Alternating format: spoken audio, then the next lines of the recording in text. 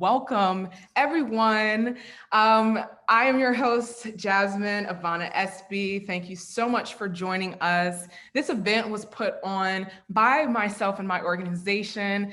My organization is My Gold Lining Incorporated, and we are all about advocating for patients and providing awareness, not only for patients and physicians, but for the general population. Welcome so much to this space, and we are so committed to teaching the HS community and providing tools and tips to managing the disease.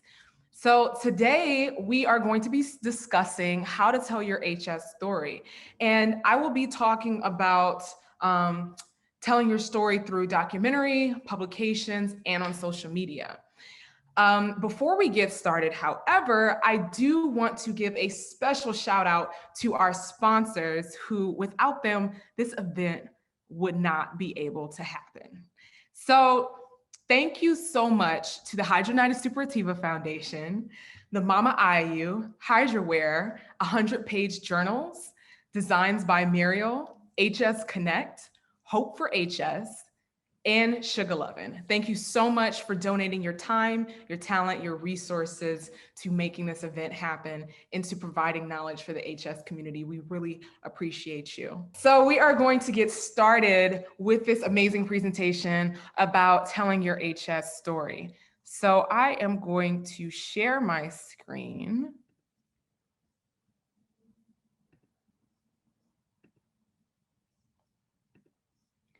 And then we are able to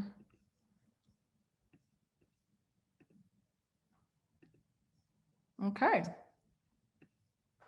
So telling your HS story is important, especially because it's about accessing parts of our experience and a part of our trauma that may have been buried over the years.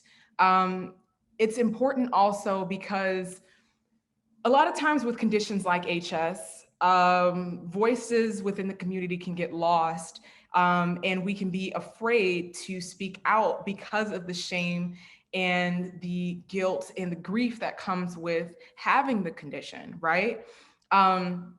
So telling your story is about healing those parts of yourself, and it doesn't always have to be in a public format. It can just be between your friends, your family. It could be you personally embracing what you've experienced. I don't know if every patient experiences disassociation, but I know that when we experience trauma, we are within fight and flight. And so either we are fighting against something or we're fleeing from the situation. And so when it comes to medical conditions and issues, sometimes we can flee from it, and fleeing from it means pushing down those experiences and sort of gritting our teeth through what we're dealing with, just so that we can make it from day to day. And that can have profound effects on us long term, but it can be extremely helpful in the short term. However, telling and embracing your story is changing your relationship to the vulnerability and shame that you experience from telling your story. So we're going to get into that. On today's agenda, we will be covering, I'm going to tell you more about my HS story. We're going to understand what shame and vulnerability is and how it affects our brains, how it affects our ability to connect, and how it just affects our ability to live in our everyday lives. And then we're going to go over telling your personal HS story. What does that mean? What does that look like? And what are some ways that we can move forward in that direction? And then becoming an advocate, because telling your HS story is also about reaching into the community and helping others. And that also is a way to heal vulnerability and shame as well. And we're going to get into that more later on. So I am Jasmine IVANNA Espy. I wanted to give a quick little spiel on my middle name. So IVANNA, I do go by IVANNA, which is on Instagram and for my artistic projects. it's just an alias that I created, just because I felt like at the time that's what artists do. They create aliases. So I created one. And at the time it was Poetic Hippie because I was a poet. So I wrote poetry. And I wanted to make a change because I didn't want to be pigeonholed to one form of storytelling and art. So I talked to my brother, and he was just like, why don't you just use IVANNA, your middle name? And I was just like, you know what? This is why I pay you. This is why I keep you around, because you think, you know? So I just had him essentially help me with creating the alias that is known as IVANNA. And so I wanted to talk a little bit about what the goal of this session is. And we kind of went over it in the beginning, but more of a clear, concise goal of this session is to provide HS patients with the tools to change their relationship to shame and vulnerability.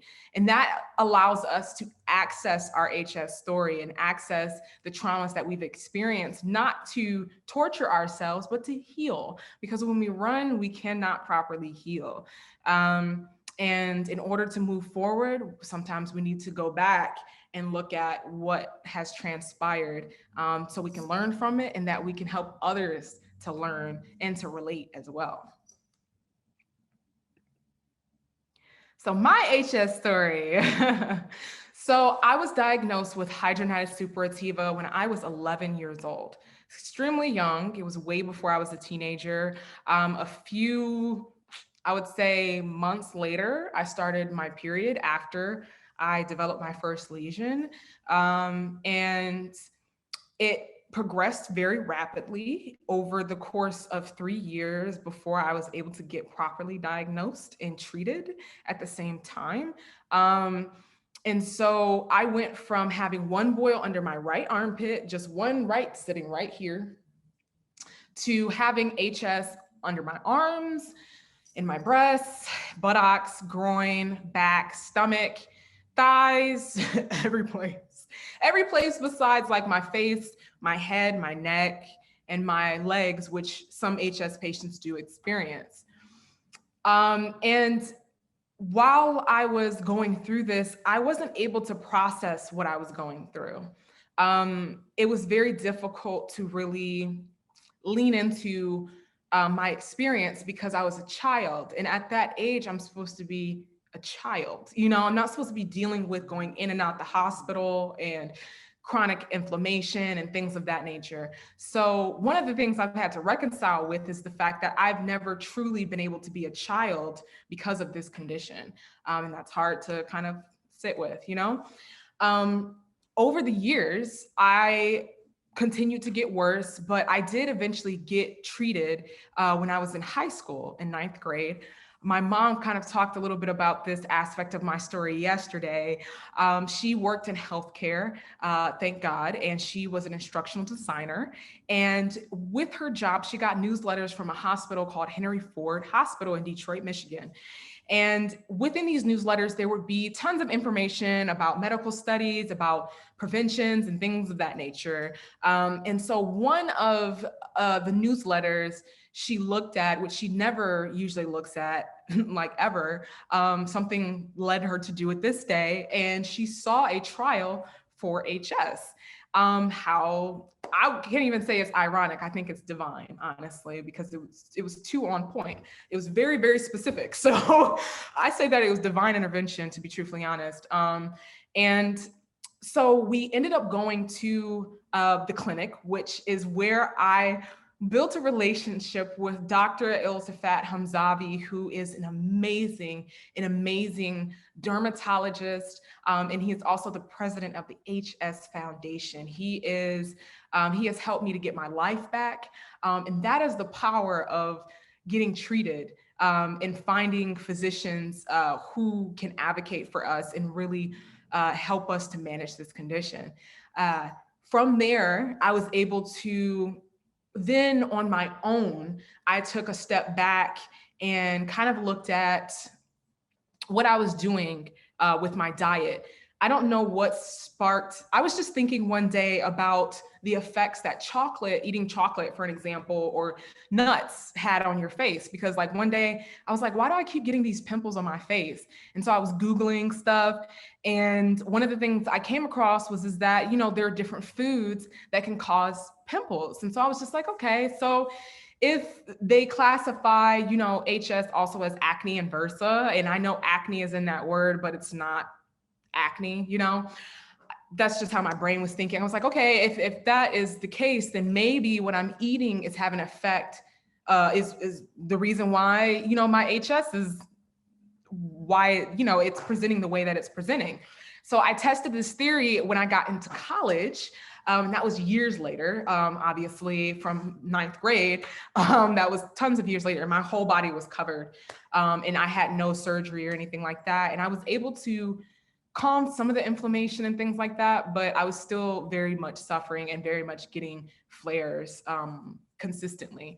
So when I got to college, I began taking things out of my diet. I was 350 pounds at the time, and I lost 180 pounds.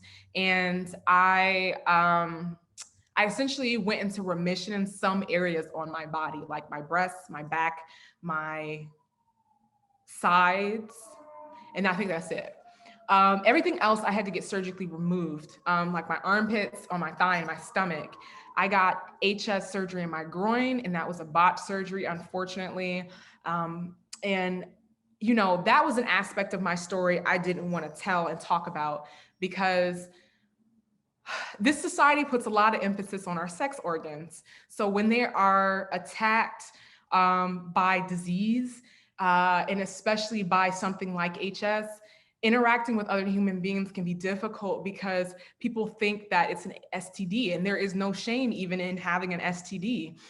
All of these chronic conditions and ailments are they happen to us, but they're not our fault. Even if you caught an STD because of having sex with someone, it's not your fault that you've gotten this disease, or this chronic condition, this chronic skin condition. So I think it's the same thing with HS.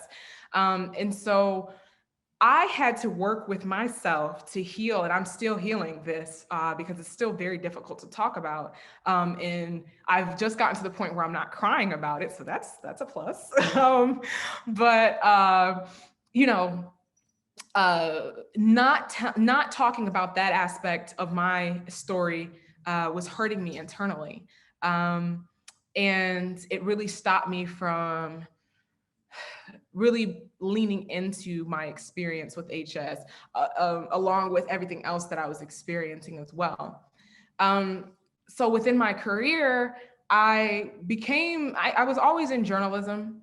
I started in radio because my father was a disc jockey for I think 30 plus years or something of that nature. And he was well known in Kalamazoo, Michigan. He was called The Voice, and he had a great voice. And I've adopted all of his different talents, including the voice thing. I made a small little career in radio in Detroit, and I decided to pivot when I was at Western and focused on writing for publications. But I still worked in radio. And so building up this career allowed me to gain skills so that I could then think about a way to impact the community, impact the HS community. So I thought to myself, when I graduated from college, which was in 2017 with my bachelor's degree, I wanted to elevate my storytelling abilities, and I wanted to go further in my career. I felt stuck. I felt like I was hitting a ceiling in Detroit. And so I found this amazing program at USC, the University of Southern California, for specialized journalism arts, which focused on specific, what we call beats in journalism. And beats are just specific topic areas. So for an example, a specialized arts beat would be sort of like music or painting or dancing, you know what I mean? You have a specific focus. And so I decided to switch because I was focused on entertainment, culture, and the arts, and I decided to focus on medical, on being an advocate for HS patients. And so my first step in accessing that and doing that was utilizing my platform and the access that I already had in order to get to where I wanted to go, if that makes sense. So essentially what I did was I used my opportunity at USC to create a documentary about hidradenitis suppurativa. And the documentary was shown at Sony Pictures Entertainment on the lot. And it was also shown in Detroit, Michigan. And even though it's not available at the moment, we're working on actually remaking the documentary so that we can put it out and partnering with some amazing brands or some amazing production companies. So we're still working on it. However, doing this documentary enabled me to tell my personal story. And then also it enabled me to provide a platform for other HS patients like my cousin and also another wonderful, beautiful woman from Maryland named Antonia. And she is a beauty influencer with HS. And so from there, I was able to then get into doing writing for publications because it kind of took off after that. I started inquiring at publications and noticing what they were posting and seeing if they were talking about HS. And if they were, then I would formulate an article to talk about it or to just talk about chronic illness in general and from my perspective so that it relates to a broad it relates to everyone. And then also I wanted to take it a step further and start advocating online on social media too, because my friends only knew me from my art and from the work that I did as a journalist. They didn't know this aspect of my chronic illness. And so I thought it was important to furthering our relationships and building trust in my own personal community by telling my story. And so that's where I went, and that's what I did. And it took a lot of acceptance. It took a lot of shame, changing my relationship to shame. And it took a lot of accessing vulnerability in order to get to that space. So what is shame and vulnerability, and what is its impact on us in our ability to tell our story? So I wanted to share, before we get into that, a quote by one of my favorite psychologists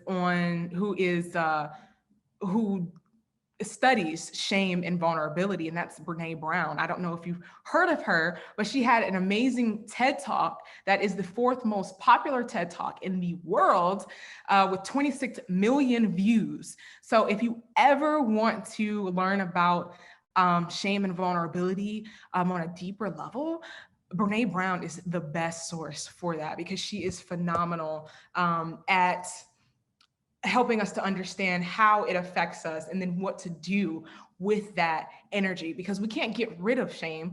We can't run away from vulnerability. We change our relationship to it. We move closer, okay? So one of the things she said was empathy is the antidote for shame. If you put shame in a petri dish, it needs 3 things to grow exponentially: secrecy, silence, and judgment. If you put the same amount of shame in a petri dish and douse it with empathy, it cannot survive. So empathy comes from, so when we're telling our HS story and we're getting ready to tell our HS story, obviously there might not be a lot of people around us to provide that empathy. So that has to come from ourselves. That has to come from our caregivers. We lean on our communities that already know we have HS to encourage us, providing empathy and looking at it a little bit differently, your experience with having a chronic illness. Yes, it's easy to fall into a why me, or woe is me type of mentality. However, I've learned over the years to ask more empowering questions. For an instance, an empowering question isn't, why me? It's more of, what is this trying to teach me? Because your brain will come up with every answer of why you deserve to have HS. And if we think about it, it can get probably really dark and very, very sad. However, if we ask, what is this trying to teach me?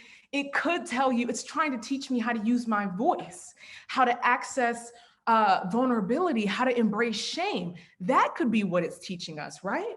So when we ask empowering questions, we can get empowering answers, because every answer you seek is inside of you. And I believe that wholeheartedly. It takes a while to find the answer sometimes. However, everything that you need and you want is right inside of you. You don't have to look anyplace else, okay? So shame is this unpleasant feeling. It's a self-conscious emotion. Typically, it's associated with negative evaluation of the self, and it withdraws sort of like your motivations to do anything, to show up. You feel very powerless. You feel worthless, and especially when you have a condition like HS that affects the body and the skin, something that's so visible. Our skin is our largest organ. It's the one organ that we can actually see. And so when it's affected, we have, it's a lot. It's a lot to deal with. You know, I was looking, while I was getting ready today, I was looking at my arms, and I don't know if you can see my arms, but I have all these markings that I didn't have a couple of months ago. Where it came from, I don't know. I think it's my eczema just spreading, and I felt bad. However, I took a breath. I was just like, okay, I feel upset about this. So acknowledging the feeling that I feel, right? So saying, okay, I feel bad that my arms are discolored and blemished. It upsets me that another part of my body is affected by some unknown or known skin ailment. I want to fix this issue. How can I fix it? If I cannot fix it now, then I just acknowledge my feelings. I sat with it. You know what I mean? Imagine if I was just like, looked at my arms and I was just like, I'm not gonna deal with this and just go. I would be stressed out right now, because, you know, we don't realize when we dismiss our emotions that they are still pent up in us, and they are, you know, when we say go to work, talk to a friend, or if we, you know, are in contact with our significant other, it may come out and we don't know. We're just like, wait, where did that come from? That came from that, maybe that unresolved emotion that we didn't deal with in the morning from looking at our arms or looking at our HS. So I know it's difficult. I know it's difficult to embrace shame. However, some of the tools are that speaking tool. And then also another tool is something called mirror work. So mirror work is when you stand butt naked, yes, butt naked, in front of a mirror. And that could be a full length mirror. It could be your bathroom mirror. It could be a little handheld mirror, whatever you want, whatever you have access to. And you look at your HS scars. You sit there, just look at it. You don't have to think about anything. You can just, you know, whatever emotions come up, let them come up, let them rise, sit with it. Even set a timer for yourself.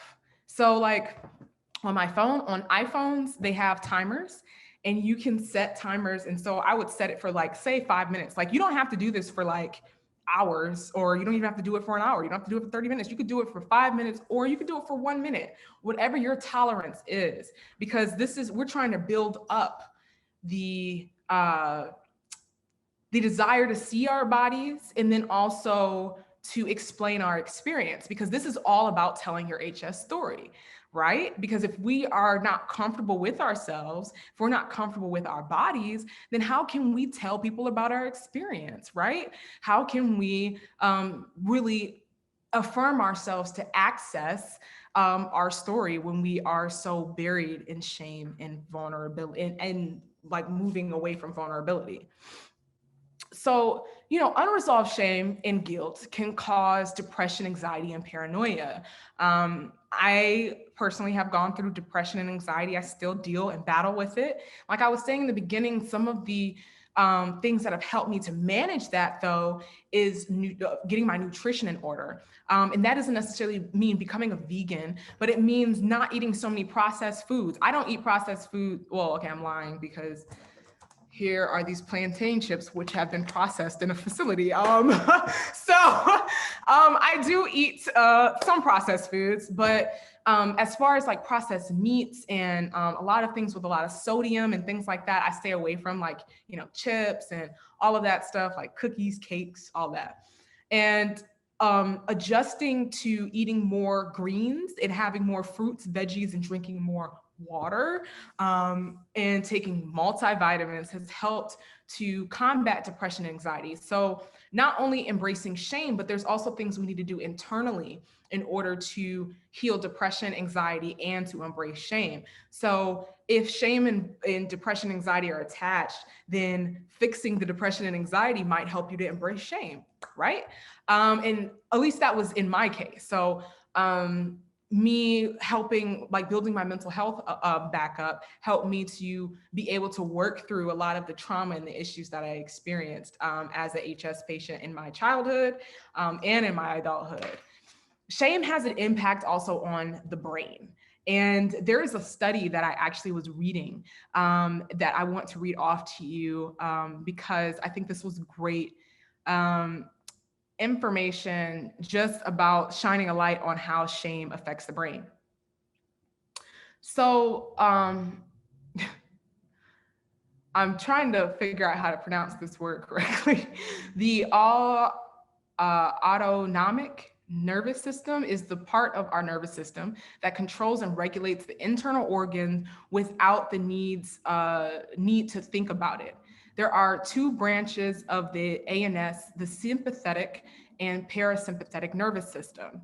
The sympathetic nervous system is responsible for connecting the different organs of our bodies to our brain through our spinal cord. When we perceive danger, our sympathetic nervous system causes us to prepare to fight, flight, or freeze by increasing our heart rate as well as blood flow to our muscles and decreasing blood flow to organs such as the skin. Hello.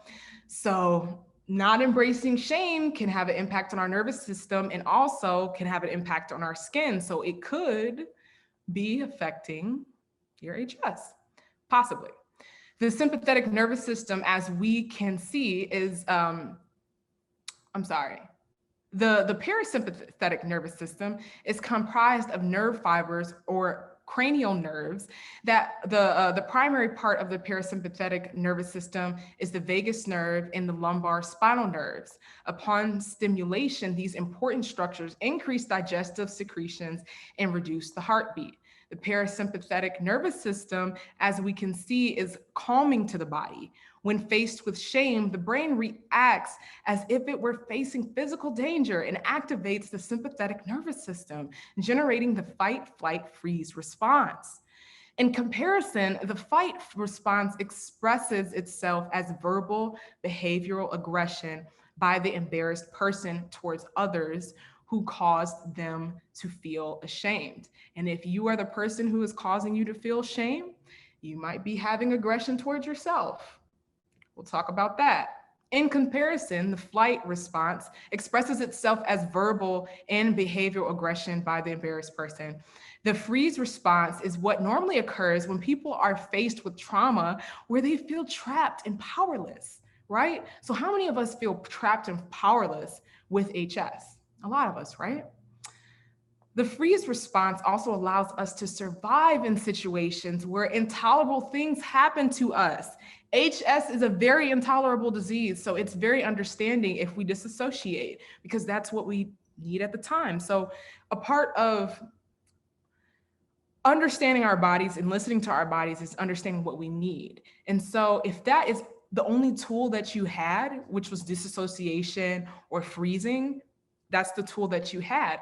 But moving forward, right, the beauty is when we get knowledge, we can implement change. And so the beauty is that when we know that we're freezing and we're not addressing the issue, then we can change that, right? Right. It can also cause us to believe that what is happening or has happened is our fault. Clearly, in most cases, situations such as childhood trauma and adult rape, excuse me, that's a trigger. I'm sorry, I apologize. I should have had a trigger warning on that part, are never our fault. we have become victims of violence, or we have become victims of a medical experience. And I don't like to think of us as victims either, because victim gives us this idea that we can't do anything about it. There are a lot of things that we can do to manage HS, and there are ways to put our bodies in remission. It's just that we have to find out what those are specifically for us, because it's different. What works for me might not work for you, right? So there is hope. We are not powerless in what we do. So knowing that we aren't powerless allows us to embrace this shame and change our relationship to it, and to say, hey, once again, going to that empowering question, what is this trying to teach me? What do I need to do? Changing your relationship to shame can open doors. When I changed my relationship to shame and I embraced it and I was vulnerable, everything that I'm doing now, from doing the summit to doing the documentary to writing about my experience in publications from High Times Magazine to Greatest to Healthline to national publications across the country, I've been able to do that because I've embraced this. And I wouldn't be in this position if I did not embrace and change the relationship that I have to shame and vulnerability. What is vulnerability? So once again, I absolutely love Brene Brown because she always hits it the nail right on the head. So in her book, Daring Greatly, which I encourage everyone to get, I encourage you to get every one of her books. However, Daring Greatly is a great one. Brene Brown describes vulnerability as uncertainty, risk, and emotional exposure. It's that unstable feeling that we get when we step out of our comfort zone and we get into something that sort of is different. It's looser. We might not have control in this space. When we tell our HS story, especially on public platforms, we cannot control how other people are going to react. That is a part that is an unknown, and also might be a part of the shame that you're experiencing. I know that it was for me. So instead of worrying about who is going to reject you, I think it's more empowering to focus on who is accepting you into the community and loving and affirming you, because those are the individuals that truly, truly matter. Those are the people that I want to move closer to me. I want them to come, like, yes, be in my space, be in my aura, because you're affirming me and everything that I am, you know? And these are the people that I know that if I had a flare or if I had an issue out, they would show up for me emotionally and physically, even if they had to. So it's important to focus on those individuals, even though it you know, when you could get 100 compliments in a day, all great. And then you get one bad one, and that one bad one just cycles in the brain. And it's just like, okay, but you got all these hundreds of comments that were beautiful. Why are you focusing on this one? It's because that one is just like, oh, they're triggering something inside of me, right? They're triggering that insecurity, that shame, that part of our story, a part of ourselves that we have yet to embrace. So embracing that enables you to get through that, right? And some of the things, you know, we feel dark emotions when we have grief and shame, and we go through a lot of grief as HS patients because we grieve what we can no longer have, which that might be food, might be not having access to certain things, being disabled, our skin, you know, not being able to have the relationships we want, things of that nature. And, you know, vulnerability can be the birthplace of love, joy, belonging, trust, intimacy, and creativity, and all good things. So I think it's important when we think about these things in these spaces to think positively, like what in this can empower you, not what in this is going to tear you down, because focusing on that will only amplify that experience. So if we focus on what we want the outcome to be, or what we want our lives to look like, then we can embrace and we can grow instead of sink, you know, because we don't want to sink inside of ourselves and isolate ourselves. We need human interaction. So that's why I think it's important to not only find people who can advocate and are caregivers for you, but also connecting to the HS community. And there are tons online. On Facebook, there's Hope for HS, there's HS Connect. There's so many opportunities for us to really connect with individuals who are just like us and who can provide advice and just hold space for us when things are getting super, super rough. telling your HS story, how to get out of your own way. Getting out of your own way is all about, like I said before, changing your relationship to shame, and then also embracing that vulnerability. And it doesn't have to be emotionally difficult, and it doesn't have to be heavy. You know, some aspects will be heavy, but I've learned to bring my childlike creativity and play into it. So it's like, you know, on social media, instead of doing a serious stoic video like, you know, HS is about, you know, a skin condition and it affects people and things like that, which is great. Okay. Not making fun of anyone, but just saying that I know that I'm more of a loose person. I like to add some like joy into it, some comedy, you know, because I like to laugh. And so I like to do things that make people smile while they're learning. And so one of the things that I've leaned into doing is making reels on Instagram that are just little fun facts about HS. And that's a way for me to have fun with it, you know? So find different ways, whether that be like painting or making poetry or, you know, making a film, a short film, or just writing a story and writing down your story just to see it in front of you, you know? I think that's extremely important. So one of the ways, like we said, to tell your HS story is healing your relationship to shame and vulnerability. And then another one is pinpointing the aspects of your story that you would like to share. So I think it's really important to, like I was saying, write down your story, or even like use voice recorder on your phone and talk about your story, and then go back and scribe it, you know, write it out, transcribe it. And then you can go through it and kind of look at what aspects of your story you would like to tell, because there are parts that I'm not open to telling right now and talking about, but there are aspects that I am open to talking about. And setting that boundary for yourself allows you to set boundaries and precedences for other people and for other things. And then also it enables you to meet yourself where you are and not to push yourself further than you need to go at the moment. You know, so we want to be HS advocates, but maybe all we can do right now is talk about our story into our phone. If that's the only thing that you can do right now, do it. You know, you don't have to go from not telling your story to trying to get your story on the New York Times like that. Slow down. You know, let's take a break. Let's slow down from, you know, so, you know, goals are not linear. They go up, down, all around, they circle back, like, you know, it goes everywhere. So just start one place. Think of one place you can start by telling your HS story.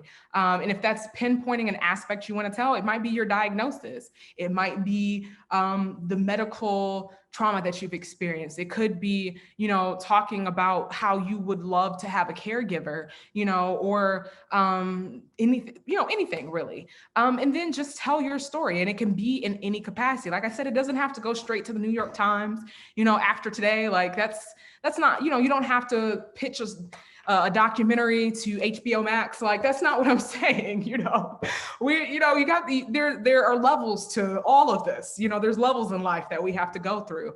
And so a level of this is, like I said, finding a smaller way to tell our story so that the bigger ways can reveal themselves to us. And you can go to places like the New York Times, and you can write TV shows or documentaries or films about your experience. You know, that's where we're trying to go. That's where we're trying to get. So take the first step, and everything else will be revealed. Becoming an advocate, so helping others can help yourself.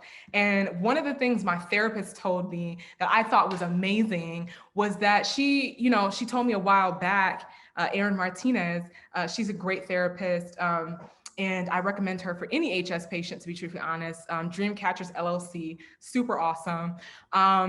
She told me that a part of healing could be giving back to the community, and giving back to the community could then inspire you to do something yourself and to, like I said, tell your story.